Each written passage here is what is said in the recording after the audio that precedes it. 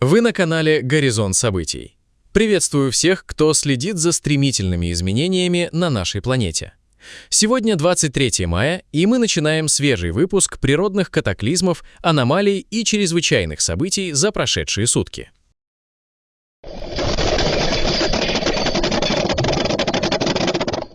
Италию сколыхнуло землетрясение магнитудой 4,4, эпицентр которого находился в кальдере супервулкана Кампи-Флегрей, также известного как Флегрейские поля. По данным Национального института геофизики и вулканологии Италии, подземный толчок был зафиксирован рано утром, а его очаг залегал на глубине всего 3 километров. Это событие стало одним из самых сильных в регионе за последние годы.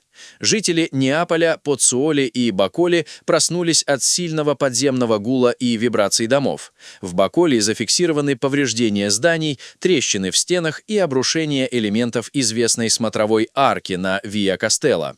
В целях безопасности власти незамедлительно закрыли школы в нескольких муниципалитетах, а также временно приостановили движение поездов на линиях Кумана и Чиркум-Флегреа.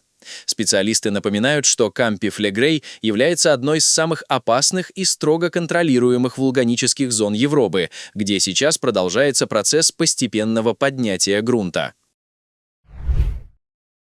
На нефтехимическом заводе венгерского энергетического гиганта МОЛ в городе Тиса-Аувараш прогремел мощный взрыв.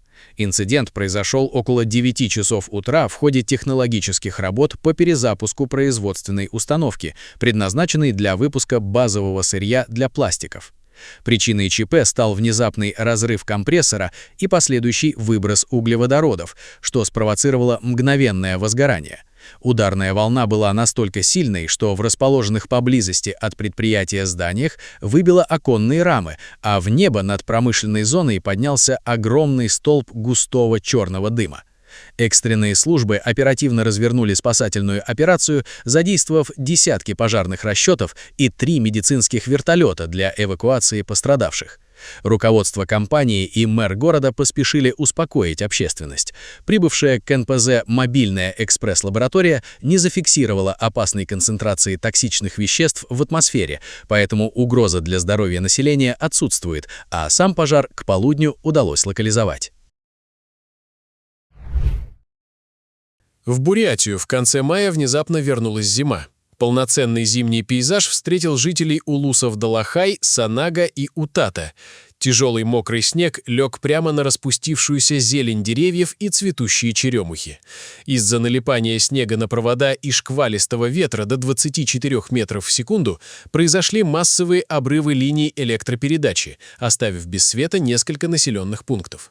Разгул стихии совпал с паводками, из-за чего регион одновременно столкнулся и с подтоплениями, и с сугробами. В Закаменском районе был введен режим повышенной готовности, на дорогах временно ограничили движение транспорта. Синоптики предупреждают, что холодный атмосферный фронт задержится в регионе. С 20 по 22 мая Афганистан охватили сильнейшие ливни, внезапные паводки, грозы и пыльные бури. По данным Управления по чрезвычайным ситуациям, жертвами стихии стали не менее 24 человек. Самая тяжелая ситуация сложилась в провинции Баглан, где потоки воды унесли жизни 15 жителей и разрушили более 100 домов. Еще 2 погибших зарегистрированы в Бадахшане и 6 в провинциях Кандагар, Герат, Гор и Тахар. Разгул стихии нанес колоссальный ущерб инфраструктуре страны. В округе Исталиф, провинции Кабул, селевые потоки затопили улицы и смыли десятки автомобилей. В провинциях Фарах, Забул, Урузган и Гельмент прошли пыльные бури. Из-за паводков и угрозы оползней полностью перекрыт высокогорный перевал Саланг, ключевая транспортная артерия, соединяющая столицу с севером страны. В пострадавших регионах разрушены дороги, мосты, колодцы и оросительные каналы, затоплены тысячи гектаров сельскохозяйственных земель. В пострадавшие районы направлены экстренные службы и мобильные бригады медиков, однако спасательные операции сильно затруднены из-за разрушенных мостов и отрезанных путей сообщения. В восточной части округа Таскалуса в американском штате Алабама в пятницу прошел торнадо. Стихийное бедствие было вызвано прохождением малоподвижного холодного фронта, принесшего в регион ветер, крупный град и рекордные осадки.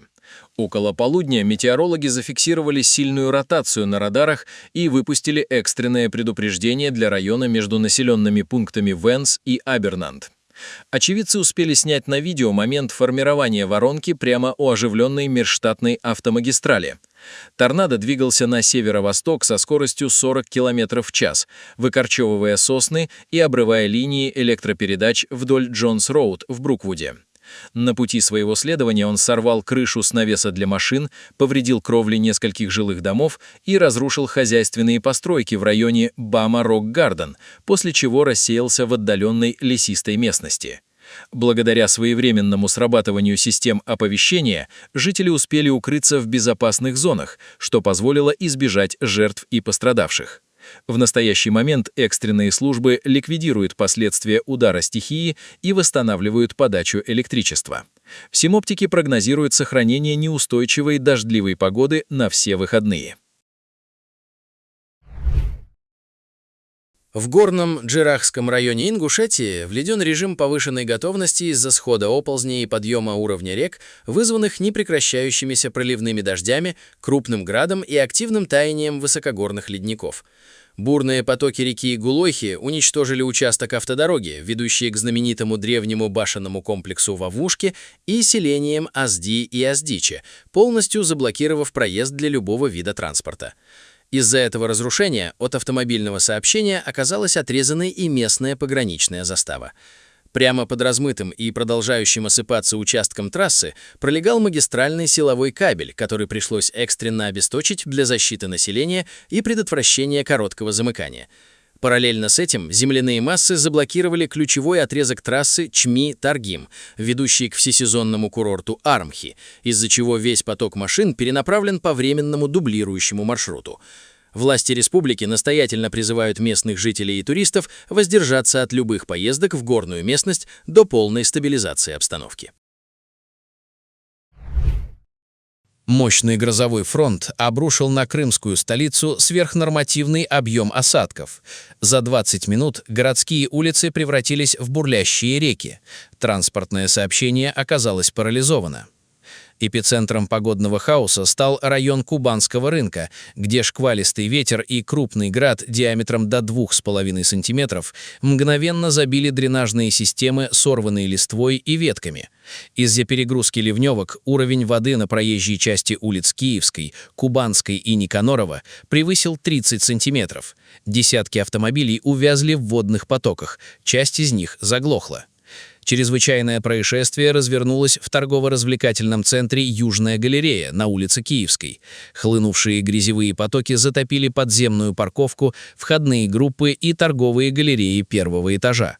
Сотрудники коммерческих павильонов в экстренном порядке обесточили торговые точки и пытались подручными средствами спасти товар.